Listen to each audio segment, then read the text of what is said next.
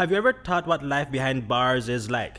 What it would be like to be among convicts and the accused? 48 at-risk youths of the Frank Lizama Training Centre got a brief glimpse today on what life would be if they are ever incarcerated. Commander of Eastern Division Region 1, Senior Superintendent of Police, Hipolito, partnered with the staff at the Frank Lizama Training Centre with the goal to dissuade at-risk youths from committing crimes, joining the gangs and becoming involved in other nefarious activities. These are kids who didn't make it through primary school, and they're being given a second chance at the Frank Lizama to learn a skill. These kids are at-risk young people who have been given a second chance at education, but they come from troubled neighborhoods, so we thought it right to collaborate with that school, with the staff of that school, and to bring them to see firsthand what happens when you make bad decisions in life. At the Belize Central Prison, there is the Wagner's Youth Facility, which houses minors who have been convicted or accused of committing crimes. Today, the students were placed face to face with the minors of the Wagner's Youth Facility and given one key message. The key message is to keep hope alive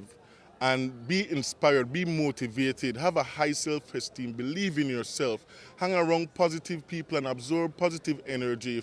If you don't absorb positive energy, will be engage in negativity, so we want to just keep them engaged and choose their friends wisely and make positive decisions. The students heard testimonies from inmates who have experienced horrible ordeals over the years they have been behind bars. After hearing from some of the inmates, the students realized that life behind bars is not something they would want. It make I feel bad because I feel like I never walk out the back here. So I want to stay out there and try do a better life and so.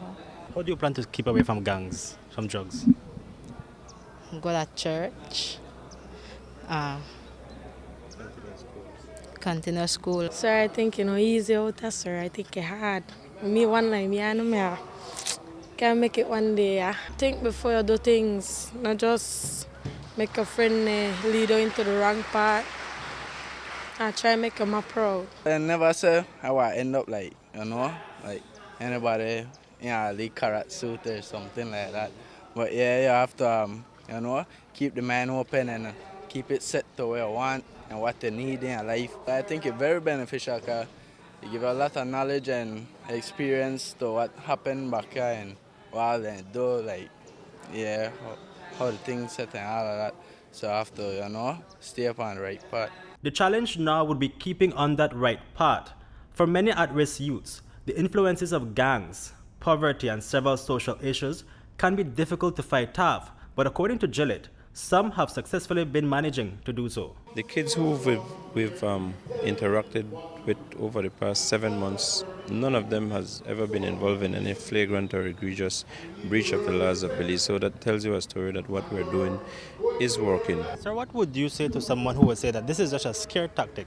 Because when these children experience new things as the years go by, there are different factors in society, social issues, gang members, gang leaders, drugs, that would force them to go into the gang life? Poverty. Well, sometimes the circumstances that you go through, the environment that you live in would lend towards what you've just mentioned. But I will tell you, bringing a kid here has ripple effects because they will go back now to tell their friends what they've encountered and they will share with them as to the good and the bad.